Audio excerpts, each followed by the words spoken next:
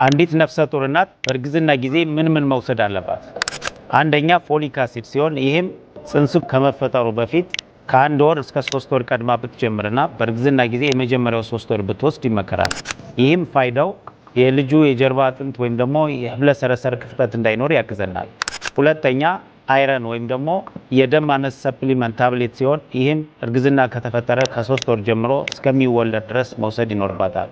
ሶስተኛ የቲታነስ ክትባት ወይም ደግሞ የመንጋጋ ቆልፍ ክትባት ሲሆን ይህም በእርግዝና ጊዜ ቢያንስ 2 ጊዜ መውሰድ ይኖርባታል። አንዲት ነፍሰ ጡር እናት እንዴት መመገብ ይኖርባታል?